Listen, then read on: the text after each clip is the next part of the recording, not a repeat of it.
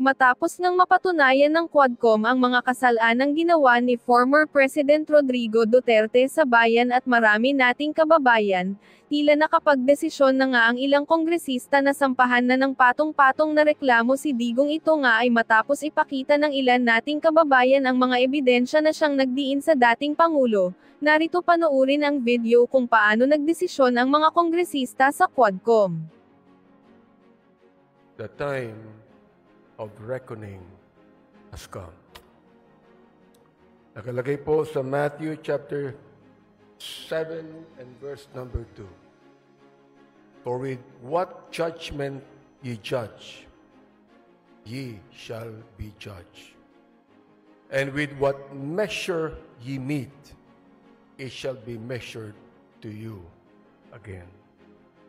Kung iniisip po natin na magagawa mo ang gusto mong gawin, na hindi mo sinusunod ang saligang batas, dahil nasa kapangyarihan ka, nais kong sabihin, Mr. Speaker, na matatapos din ang mga bagay na yan at ikaw ay hatulan ng taong bayan. Ito pong House of Representatives ay ang bahay po ng taong bayan, sapagkat tayong lahat ay inelect ng taong bayan upang tayo ay magbusisi ng lahat ng katiwalaang nangyayari sa ating pamahalaan. I consider this a divine blessing to be able to rise today as the chair of the House Committee on Human Rights and co-chair of the Quad Committee to share the initial findings and recommendations of our inquiry, particularly into the extrajudicial killings that occurred during the previous administration's war on drugs. Inuulit ko po, Mr. Speaker, kakampi ako ng dating administrasyon kapag pinag-uusapan po ang pag-alis ng droga sa ating bansa. Sinabi ko po ito sa ating dating Pangulo. Ang hindi ko lang maintindihan kung bakit kinakailangan merong mapatay na more than 30,000 people upang mawala ang drugs na ito. Nawala ba ang drugs? Hindi. Nandun pa rin, Mr. Speaker. Indeed, there is a season for everything and a time for every purpose under the heaven, as made clear by the Lord in chapter 3 of the book of Ecclesiastes. This is the most opportune time for the Joint Committee on Dangerous Drugs, Public Order and Safety, Public Accounts, and the Committee on Human Rights to present to you a progress report on our inquiry in aid of legislation. After 13 rigorous and thorough hearings of the so-called Quad Committee, we are confident that we have gathered substantial findings backed by competent evidence to make the requisite recommendations to this legislative body and to the appropriate government agencies for appropriate and decisive action. There was systematic violation of human rights and blatant disregard of due process. The deep probe into the extrajudicial killings, or AGKs, that occurred during the administration of former President Rodrigo Roa Duterte's war on drugs yielded a far deeper tragedy into the lives of the Filipino people rather than the protection and preservation thereof that it was heralded to accomplish. The numbers, Mr. Speaker and my dear colleagues, speak the scary truth. According to data from the Philippine National Police from July 1, 2016 to June 30 of 2022, 7,640 individuals were killed in official police operations. Of these documented deaths, 7,173 were drug pushers, 440 were drug users that should have been rehabilitated, not killed, and only 21 were drug lords. Mr. Speaker, from as far back as May 15, 2024, when my committee started digging into the EJ case, we had been presented with multiple reports indicating that there had been massive nationwide drug-related killings within the period July 2016 to June 2022. The killings were classified either as police operations or perpetrated by unknown perpetrators, which is no different from the Sinaloa type of killings in Latin America, which were notorious at the time, the drug cartel in Latin America.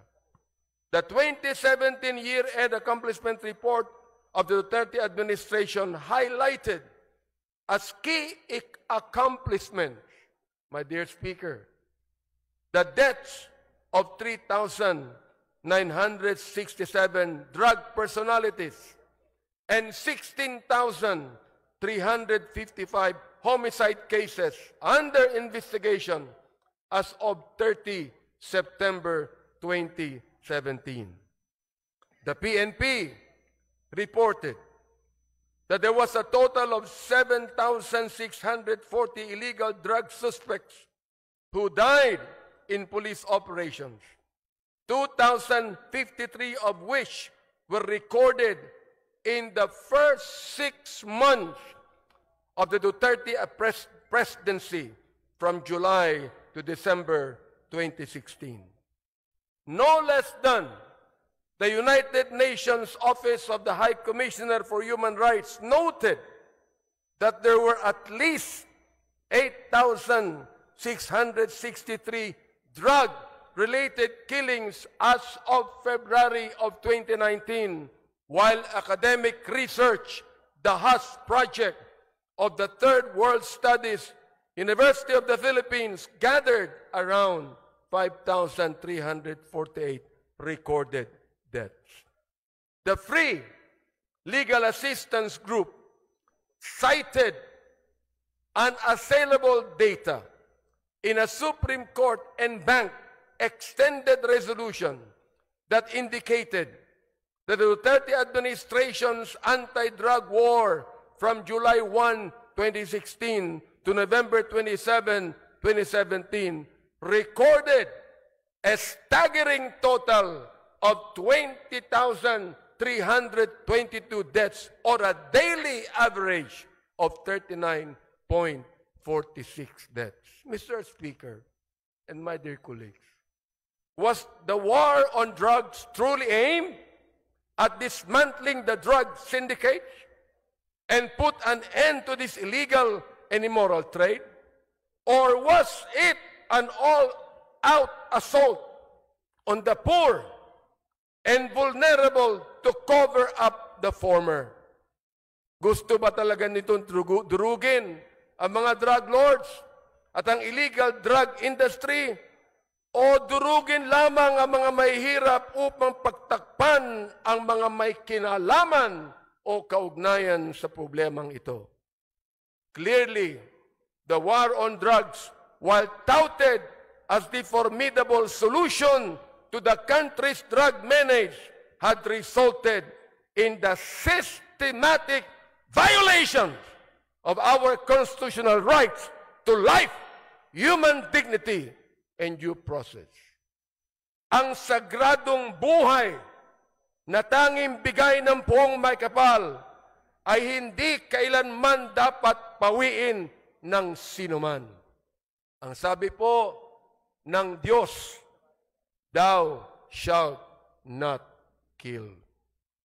But the war on drugs resonated a policy of kill, kill, kill, as the former president has always said, shoot them dead. The role of leadership in a culture of impunity. How did we get here? Paano ito nangyari? One cannot look at all the evidence and not come to this credible and undeniable conclusion that former President Rodrigo Roa Duterte's public pronouncements encouraged, facilitated, and normalized the killings and emboldened some of our policemen who are supposed to be the protectors of the people to carry out the same. His release of unverified narco lists further exacerbated the violence as individuals were targeted based on flawed, inconsistent, and malicious information. Isa sa mga biktima nito, si former Iloilo City Mayor Jed Patrick Mabilog. In 2014, then Mayor Mabilog was named as I quote, top 5 best and outstanding mayors in the world. In the 2014 World Mayor Awards, mula sa short list ng best mayors in the world na isama sa drug list ni Pangulong Duterte, nasira ang pangalan ni Mayor Mabilog. He was forced to relocate himself and his family to a foreign land, and he was threatened with death, all because of unverified, unreliable list. We discovered, Mr. Speaker and my dear colleagues, that the previous administration's war on drugs was fueled by a perverse reward system that incentivized extrajudicial killings under what we now know as the Davao model. Ano ang Davao model?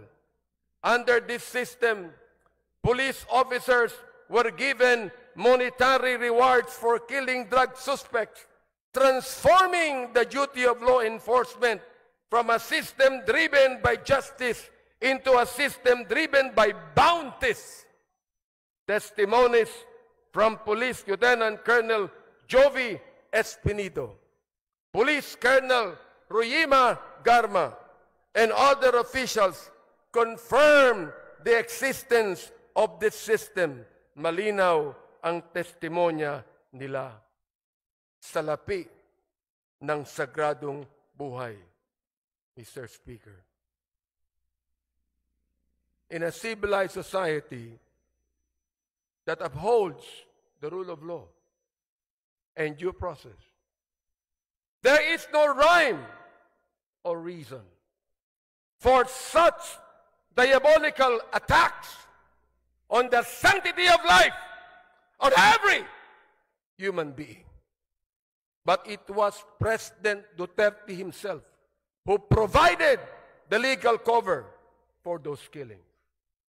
The narrative of nanlaban or fought back became the legal justification for these operations, as PRRD himself encouraged officers to provoke suspects into resisting arrest, which was he admitted in one of the hearings conducted, providing legal cover for the use of lethal force. That's the reason why I even asked the question to our former president, was your policy a personal policy, or was it based upon the Constitution? There was a grand conspiracy. In the course of our hearings, we exposed disturbing cases where killings were carried out for monetary rewards or as part of orchestrated operations. First, the 3 Chinese nationals and convicted drug lords Chu Kin Tung, Li Lan Yang, and Wong Mengpin were killed under orders for a payment of 1 million pesos per person. During our hearings, person deprived of liberty, Leopoldo Tan, testified that former President Duterte personally congratulated officials involved, saying, and I quote, "Congrats, Superintendent Padilla, job well done." Pero grabe yung ginawang dinuguan. End of quote. Alam ko, ibabas na naman ako na ma-DDS pagkatapos nito. Gusto kong makinig kayong lahat. Alamin nyo nung muna ang batas. Bago nyo kami murahin, bago nyo kami latiin, alamin nyo muna ang batas. Sapagkat dito po, sa house na ito, ay pinaglalaban namin hindi lamang ang katuwiran ng bawat tao, kundi ang tinatawag nating sanctity of life. Second, the assassination of Police General Wesley Barayuga, na binanggit na ng aming chairman. Witnesses testified that Barayuga was killed under instructions from police officials with a reward of 300,000 pesos given for his murder. Police Colonel Grijaldo, na kinontempo namin sa aming last Quadcom hearing. Nandito po siya ngayon. Maaaring narinig niya. Anong ginawa niya nung siya ang Chief of Police ng Mandaluyong City? Na ang general na ito ay pinatay doon sa Mandaluyong. Walang police report, walang investigation report, walang ginawa ang Chief of Police na ito. Siya ba'y tinanggal sa pagiging Chief of Police? Hindi, mga kaibigan. Samantalang yan palagi ang SOP ng Philippine National Police. We heard testimony that revealed that police officers had killed quotas and were rewarded for complying with them. Police Lieutenant Colonel Espinido detailed that a 20,000 peso reward was paid per kill. Yan po ang kanyang statement. Our investigation also unearthed cases where the drug war served as a tool to eliminate competition among drug syndicates. Witnesses such as Mr. Kerwin Espinosa and former police officials SPO3 Artunio Las Cañas and Police Colonel Eduardo Acerto revealed the dark reality of a policy that prioritized kill, kill, kill over jail, jail, jail. Mr. Speaker, more data revealed how every effort was made to ensure that those involved in these killings were spared from the consequences of their actions. Of the over 8,351 deaths, the PNP's Internal Affairs Service reported that 99.17% of cases resulted in the exoneration of police officers. Just imagine. Of the 32,803 policemen charged for operations, only 30 were dismissed. These numbers expose a justice system that failed the victims and their families. Out of all this bloodshed, ano naman ang naging impact sa paggamit ng droga? Mr. Speaker, the Dangerous Drugs Board admitted that the drug war resulted in only a slight decline in drug use. The figure of 4 million drug users that former President Duterte cited at the start of his term had no verified basis. Sinabi pa niya na itong si Adolf Hitler pumatay ng 3 milyon ng mga Hudyo. Mali pa ang sinabi niya. 6 million po ang napatay niya. Kaya dapat patayin ang 3 milyon ng mga drug pushers. Ganun po ba ang dapat katawiran ng isang pangulo ng isang democratic country? Hindi po tayo terorista. Hindi tayo komunista. Hindi tayo diktadorya. Tayo po ay demokrasya. Mr. Speaker, as a result of this hearing, we filed House Bill number 10986, an act classifying and penalizing extrajudicial killings as a heinous crime, providing reparation for the victims, and strengthening the mechanism for its prevention.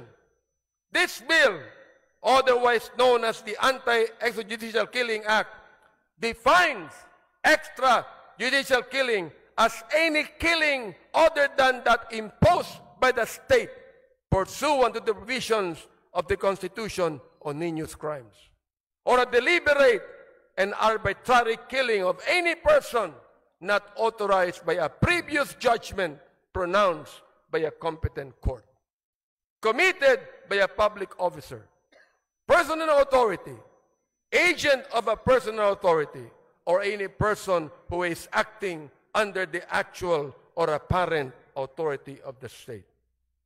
Under this measure, extrajudicial killing is classified as a heinous crime, punishable by life imprisonment. Monetary reparation between 250,000 pesos to 500,000 pesos, as well as a non-monetary reparation, will be granted to victims and their families to be determined by the extrajudicial killing claims board proposed under the bill. Sana po maging batas na po ito. Next, we recommend the passage of a death in custody or under Police Operations Act. This will institutionalize official recording and reporting of deaths during police operations in custody with mandatory annual reports as submitted to Congress, DOJ, and the CHR. The establishment of a national interagency investigative body, an independent agency tasked to investigate EJKs and the other human rights abuses committed by state and non-state actors. The creation of an independent international affairs service that is autonomous to ensure accountability free from the PNP influence. We also recommend the filing of appropriate charges against officials responsible for these atrocities. We recommend that cases be filed under Section 6, Crimes Against Humanity, under the International Humanitarian Law, Republic Act 9851, against former President Rodrigo Roa Duterte, Senator Ronald Bato de la Rosa, former PNP Chief Oscar David Albayalde, and former PNP Chief De Bolsinas, among others. We also recommend reparations for victims of EJKs, strengthening the Commission on Human Rights, and enacting prevention measures to ensure that none of these horrendous abuses to human rights will ever happen again. Mga kababayan, as stewards of justice and as the representatives of our people, it is our moral and sacred duty to hold the perpetrators accountable and to uphold the value of every human life. Nais ko sang sabihin sa inyo na ang distrito ko po ay drug-free. Pero walang napatay. Kahit isa. Pwede naman pala eh. Pwede naman pala na ang isang syudad, ang isang bayan, ang isang distrito pwedeng mawala ang drugs na hindi mo kinakailangan pumatay. Mga kaibigan, my dear speaker, my dear colleagues, I know that this is a season of giving, love, and forgiveness. And may this also be a season of healing, but never giving up on justice and truth. Maraming salamat po at maligayang Pasko sa inyong lahat.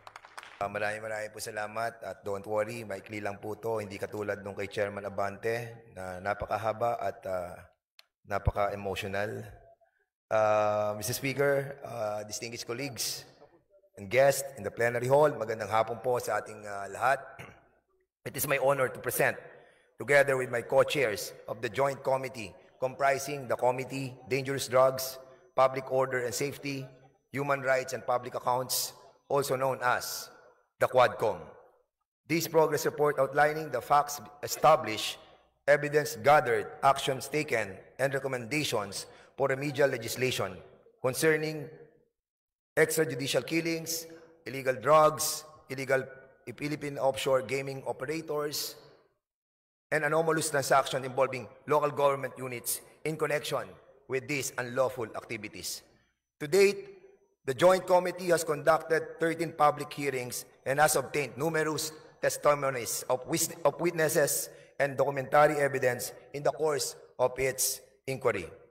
Mr. Speaker, the Joint Committee has identified compelling evidence that necessitates prompt and decisive legal action by the appropriate government agencies, as well as urgent legislative intervention to enact laws and policies that will effectively address these critical issues. With respect to POGOs, the Joint Committee found a discernible pattern regarding their creation and operation. It starts with foreign nationals using fake documents to acquire Filipino identities, followed by land acquisition to establish POGO facilities. The construction of several buildings worth billions of pesos, the execution of lease agreements between two corporations with interlocking ownerships, followed by the application for POGO license with the Philippine Amusement and Gaming Corporation. This was also established that criminal syndicates composed of Chinese nationals pretending to be Filipino citizens operate within the country and are responsible for various criminal activities facilitated through POGOs, including human trafficking, internet scams, and money laundering. Some of these Chinese nationals have links to the drug trade. These POGO companies include Hongsheng Gaming Technology in the Baofu compound in Bamban, were facilitated by Go Waping, also known as the former Bamban Mayor Alice Guo. Lucky South 99, situated in the Whirlwind Corporation, leased property in Porac, Pampanga, identified with Catherine Cassandra Leong and Attorney Herminio Harry Roque Jr. At kasama rin po dito si Sean Wei Technology owned by Alan Lim, also known as Wei Xiong Lim, together with his wife, Rose Nonolin. The findings of the Joint Committee have led to the filing of cases against Guo Waping, Catherine Cassandra Leong, and Attorney Harry Roque, and several other Chinese and Filipino incorporators of POGO companies for qualified human trafficking. Money laundering cases have also been lodged against them. Aside from Guo, Ong, and Roque, the Joint Committee recommends that criminal investigations be commenced to look into the involvement of other key personalities such as Hong Ming Yang, also known as Michael Yang, his elder brother Yang Jianxin, also known as Tony Yang, and spouses Alan Lim and Rose Nono Lin into illegal POGO activities.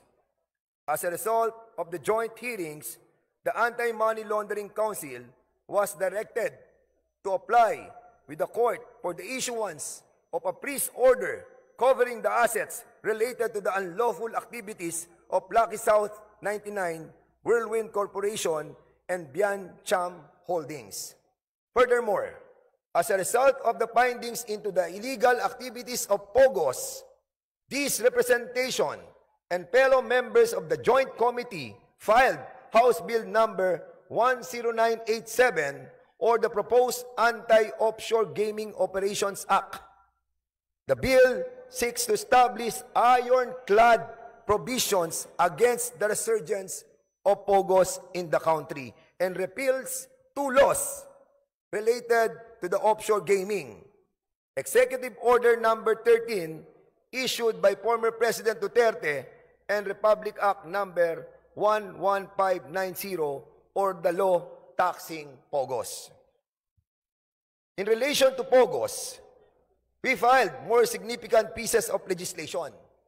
House Bill number 11043, which seeks to provide for a civil forfeiture in favor of the state of any unlawfully acquired real estate properties by any foreign national.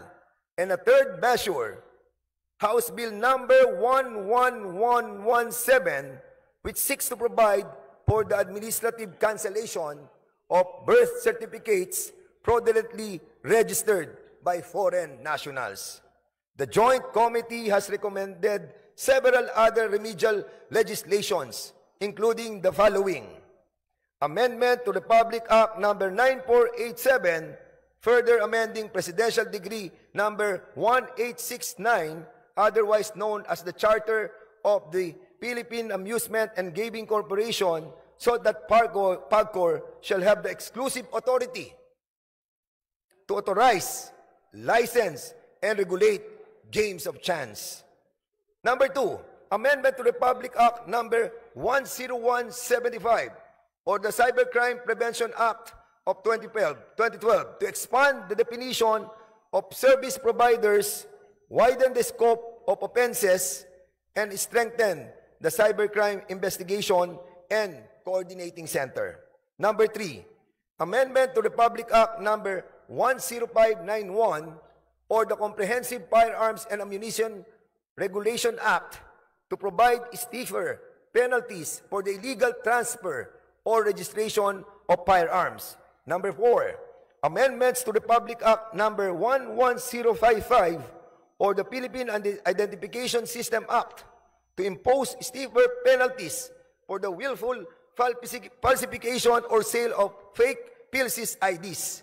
Number 5, amendment to Republic Act number 11934 or the Subscriber Identity Module Registration Act to limit the number of blank SIM cards that are sold to resellers or to require the pre-activation of SIM cards that are sold in bulk quantities.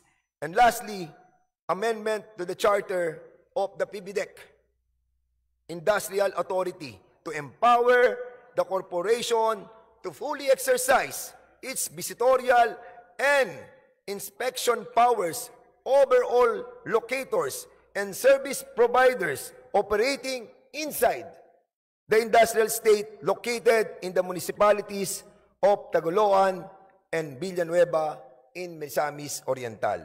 Mr. Speaker, beyond these legislative initiatives, beyond the possible filing of cases, I wish to highlight the suffering and abuse that many trafficking victims have endured at the hands of these evil POGO operators.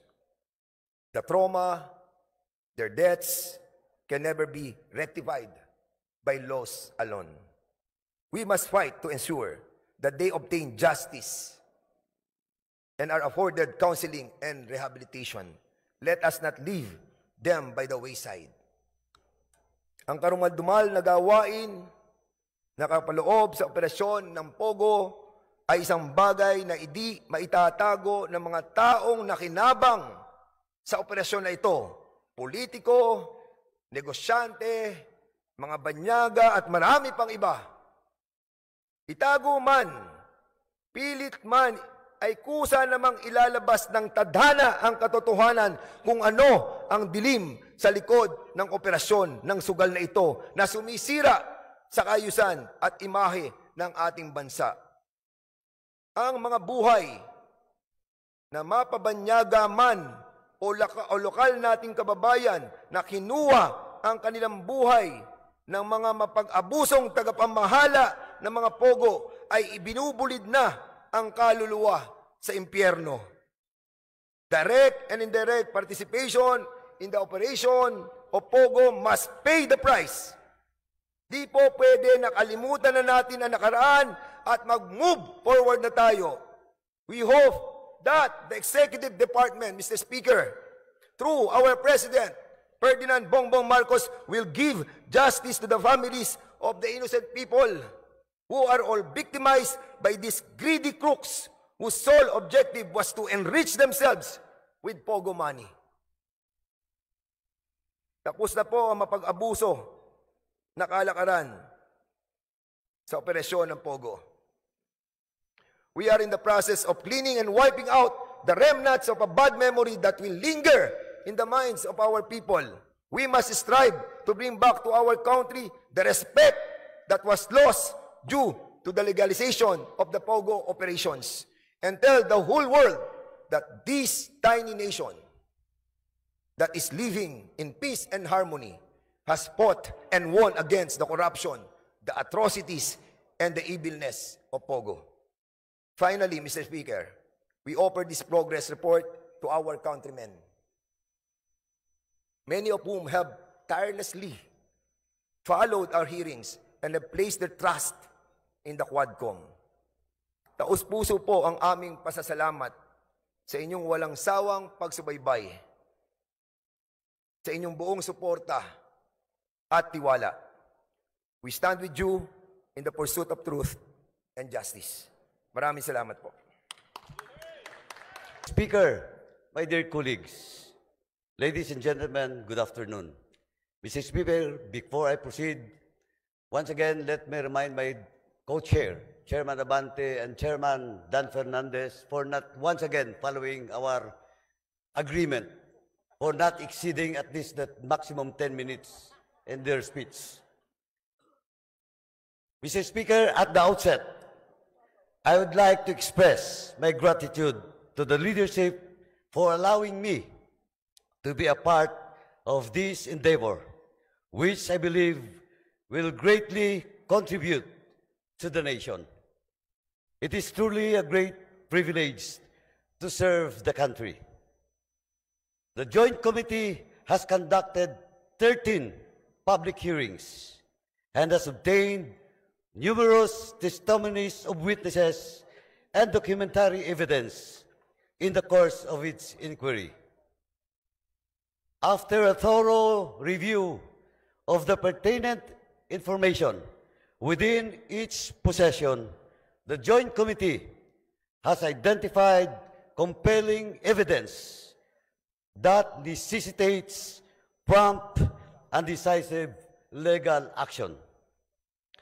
On the part of the Committee on Public Accounts, this began with this investigation into the anomalous property transactions in Mexico, Pampanga, particularly those involving former Mayor Teddy Tumang and his assistant, Mr. Roy Gomez, which is now still at large because of the contempt order coming from my committee.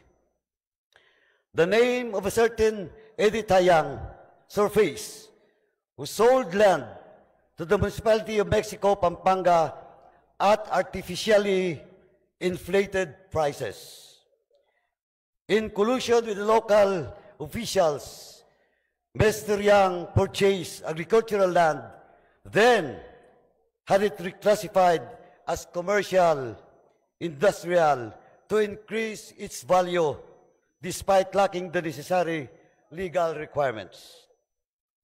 To give you an idea, Mr. Speaker, the parcel measures 10,000 square meters as the lot was classified as agricultural At the time Mr. Yang acquisition, each price per square meter was approximately 300 pesos, consistent with the prevailing rates for agricultural land in the area. With the lot reclassified as industrial, Mr. Yang sold it to the municipality for 29,500,000 pesos or 2,700 pesos per square meter. This is why we investigated this issue and discovered that it has long been a modus operandi within agricultural lands are classified without following the proper process. In our investigation, Mr. Speaker, we summoned Mr. Tayang, and he claimed to be a legitimate businessman and a natural-born Filipino. However, when we asked him for documents, he was unable to provide any documents and eventually stopped attending the hearings. With the assistance of various government agencies, we later discovered that Mr. Yang held a Chinese passport under the name Jia Jingyang. This is where a suspicion began that there are Chinese nationals who falsified their citizenship in order to purchase land and establish businesses in the Philippines. Eventually, we proved that we are not mistaken. The Committee on Public Accounts investigation into Mr. Teddy Yang, Mr. Roy Gomez, and the former Mayor Teddy Tumang uncovered a network of illicit activities that pose a significant threat to our national security and economy. Additional investigation have linked Mr. Yang to Mr. Willie Ong, a suspected drug trafficker. In 2023, a warehouse located in Mexico, Pampanga was raided, resulting in the seizure of approximately 3.6 billion worth of shabu. This warehouse belongs to Empire 999, and the land where the drug warehouse was constructed was previously owned by the Tumang family. Records from the Land Registration Authority reveal that Ong, Tayang, and Empire 999 have acquired at least 320 land holdings across the country in violation of the constitutional limitation on land ownership. Mr. Speaker, former Mayor Teddy Tumang admitted meeting with Mr. Tayang several times and even went to China together for a business trip. Mayor Tumang likewise admitted knowing personally suspected drug lord Kai Kiming aka Willie Ong. Relevantly, the Anti-Money Laundering Council confirmed that Willie Ong and Mayor Teddy Tumang, through his company, the Morning Sun Industries, have conducted financial transactions with each other. Mr. Speaker, this is just the tip of the iceberg. As we have received numerous reports of similar cases happening across the country, the tactic involves falsifying Filipino citizenship to purchase land and establish businesses with these individuals holding influence over certain local politicians who have sold their integrity to these illegal Chinese nationals. Because of the aforementioned findings, the Joint Committee came up with several remedial legislation to address the issues, and namely House Bill number 11043 and House Bill 11117, as mentioned by Chairman Ace Barbers. These bills are vital in addressing the growing threat posed by influx of foreign nationals involved in illegal activities, including those connected to the POGO industry and other forms of corruption. Through these legislative measures, we intend to strengthen our national security, uphold the integrity of our citizenship laws, and protect the Filipino people and our land from unlawful foreign influence. In conclusion, Mr. Speaker, I urge the members of this esteemed body to fully support these measures, and as they offer essential steps towards securing our national sovereignty, protecting our land resources, and ensuring the integrity of our citizenship laws.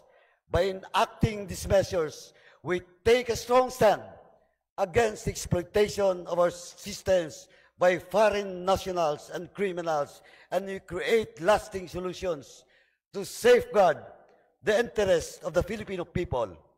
Let us work together to protect our sovereignty, uphold justice, and strengthen the rule of law for the benefit of the future generation. Before I end, Mr. Speaker, once again, let me stress, for Chairman Barbers and myself, we are not running anymore in this forthcoming election. Ano po ang para sa amin? This is all about for the love of country, to protect the future generations. Kaya po, ang panawagan, tuloy ang Quadcom, tuloy ang laban. Maraming salamat po. Thank you very much. Majority Leader. Mr. Speaker, esteemed colleagues and distinguished guests, it is my honor and privilege to stand before this august body to present the progress report of the Joint Committees on Dangerous Drugs, Public Order and Safety, Public Accounts, and Human Rights, or what is now popularly known as the Quad Committee. This report is not merely an account of our work, Mr. Speaker. It is a solemn commitment to uncovering the truth, upholding justice, and crafting meaningful legislative solutions to address the scourges of illegal drug proliferation, unlawful land acquisition by foreigners, crimes linked to Philippine offshore gaming operators or POGOs, and extrajudicial killings. The formation of the Quad Committee was inevitable. The House of Representatives, under the leadership of Speaker Martin Romualdez, recognized the complexities of these issues required a united and comprehensive approach. Thus, through House Resolution number 1880, the Quad Committee was brought to life. What began as a separate investigations by individual committees soon uncovered a web of interconnections, a Pandora's box of crimes and abuses that tested the very foundations of our institutions. One of the most alarming discoveries stemmed from a routine investigation into the 3.9 billion drug bust in San Jose Malino, Mexico, Pampanga. The probe unearthed the illicit operations of Empire 999, a company owned by foreign nationals masquerading as Filipino citizens. This led to the revelations of massive illegal land acquisitions involving hundreds of hectares of agricultural lands in direct violation of our Constitution. It further exposed suspicious ties between local government officials and foreign syndicates, pointing to corruption and systemic exploitation. Mr. Speaker, our inquiry delved deeper into the operations of these entities and uncovered an even more sinister reality: their connections to the illegal drug trade and organized crime activities facilitated by POGOs. What was initially presented as a revenue-generating industry has instead become a breeding ground for illegal activities such as human trafficking, money laundering, investment scams, cybercrimes, and even murder. Sa ating investigasyon, Mr. Speaker, ay nakita natin na ang modus operandi ng mga pogos ay gumamit ng mga Pilipinong dummies bilang mga nominal na may-ari upang magtatag ng mga korporasyon na nagpapahintulot sa mga dayuhan na iwasan ang mga batas na naglilimita sa pagmamay-ari at operasyon sa mga industriya tulad ng gaming at real estate. Ang mga korporasyong ito ay may mga magkakaugnay na layers upang itago ang tunay na pinagmulan ng pondo at pagkakakilanlan ng mga operators na nagpapahirap sa mga otoridad na masubaybayan ang mga iligal na mga aktibidad. Mr. Speaker, ang mga pogos na ito ay naguhugas ng pera mula sa mga krimen tulad ng human trafficking, illegal na pagsusugal, bentahan ng droga at cybercrimes sa pamamagitan ng pagpapadaan ng pondo sa mga bank account, pagbili ng ari-arian at iba pang mga instrumentong pinansyal na pinapalabas na lehitimong operasyon ng kanilang mga negosyo. Ang ganitong layering ay hindi lamang nagtatago sa iligal na pinagmulan ng pondo, kundi pinapaliit din ang binabayarang buwis at pinoprotektahan ang mga operator mula sa pagkakadiskubre. Mr. Speaker, karaniwang pinapadali ang mga iskim na ito ng mga tiwaling opisyal at empleyado ng ating gobyerno, ng ating mga regulatory agencies at mga institusyong pinansyal kapalit ng suhol na naglalagay sa peligro ng sistema ng batas at pananalapi sa ating bansa. But perhaps the most chilling revelations, Mr. Speaker, pertains to the extrajudicial killings that have scarred our nation's history. The investigations brought to light a harrowing narrative of abuse of power and institutional impunity during the Duterte administration. Witness testimonies corroborated by evidence revealed a system that incentivized the killing of suspected drug personalities, a system modeled after the so-called Davao template and replicated nationwide. Mr. Speaker, this is not merely a report of the past wrongdoings, but a call to action. The Quad Committee has responded by filing concrete legislative measures aimed at addressing the gaps in our legal framework. Number 1, House Bill number 10986, classifying and penalizing extrajudicial killings as heinous crime while providing reparations for its victims. Number 2, House Bill number 10987, prohibiting all forms of offshore gaming operations in the country with severe penalties for violations. Number 3, House Bill number 11043, allowing civil forfeiture of unlawfully acquired real estate properties by foreign nationals. And number 4, House Bill number 11117, providing for the administrative cancellation of birth certificates fraudulently obtained by foreign nationals. In addition to these proposed bills, Mr. Speaker, our inquiries have already yielded significant actions. Number 1, the Joint Committee inquiry prompted authorities to reopen investigations into the murders of Police General Wesley Barayuga, former Albuera Leyte Mayor Rolando Espinosa, and 3 Chinese nationals killed inside the Davao prison in Penal Farm. 2, the certificate of registration of or incorporation of Empire 999 Realty Corporation was revoked by the SEC. Number 3, the Philippine passport of Mr. Kai Kimeng, also known as Mr. Willie Ong, and Yang Jiazheng, also known as A.D. Tai Yang, were canceled by the concerned government agencies. The findings of the Joint Committee led to the filing of legal cases against Go Waping, also known as Alice Leal Go, including charges of human trafficking and graft and corruption. Number 5, the chairperson of the PAOK directed the Anti-Money Laundering Council to file for court-issued freeze orders or provisional asset preservation orders against assets linked to unlawful activities. These include the following corporations: Lucky South Limited Corporation, Whirlwind Corporation, Biancham Holdings and Trading Incorporated, Empire 999 Realty Corporation, Sunflare Industrial Supply Corporation, Yatay Industrial Park Incorporated, Mexico 999 Industry Realty and Development Corporation.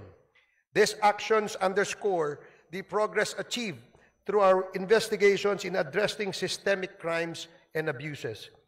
We have also recommended, Mr. Speaker, amendments to relevant laws, including the Anti-Money Laundering Act, the Anti-Trafficking in Persons Act, the Civil Registry Law, the Anti-Dummy Law, the Bank Secrecy Law, the New Philippine Passport Act, the Comprehensive Dangerous Drugs Act, the Cybercrime Prevention Act, the Tariff and Customs Code, the Revised Corporation Code, and the Local Government Code, among others. Mr. Speaker, in total, we have recommended at least 30 proposed legislations, and these measures aim to strengthen our legal frameworks and ensure that such abuses and misdeeds are prevented in the future. The Quadcom likewise recommends the filing of appropriate charges against the following. Number one, personalities linked to the illegal drug trade, particularly those implicated in the seizure of 360 kilograms of shabu in Mexico, Pampanga. Kai Meng, alias also known as Willie Ong, Yang Jiazheng, also known as Edi Taiyang, Mayor Teddy Tumang, and all the incorporators of Empire 999. Number two, perpetrators of crimes against humanity under Section 6 of Republic Act 9851 or the Philippine Act on Crimes Against International Humanitarian Law, Genocide, and Other Crimes Against Humanity. Former President Rodrigo Roa Duterte, Senator Roland Bato de la Rosa, Senator Christopher Lawrence Bongo, former PNP Chief Oscar David Albayalde, former PNP Chief Debold Sinas, Police Colonel Royina Garma, Police Colonel Edilberto Leonardo, and Hermina Muking Espino. Number three, the co-conspirators in the murder of Chu Kintung, Li Lanyang, and Wong Mengpin, the three Chinese nationals killed inside the Davao Penal Prison and Penal Farm on August 13 of 2016. Former President Rodrigo Roa Duterte, Police Colonel Royina Garma, Police Colonel Edilberto Leonardo, SPO4 Arthur Narsolis, and Superintendent Gerardo Padilla. Number four, individuals involved in the murder of General Wesley Barayuga, Police Colonel Royina Garma, Police Colonel Edilberto Leonardo, Police Lieutenant Colonel Santi Mendoza, former PNP officer Nelson Mariano, PSMS Jeremy Tox Kausapin, and one alias Loloy. Moreover, Mr. Speaker, further investigations should be conducted against, but not limited to, the following individuals.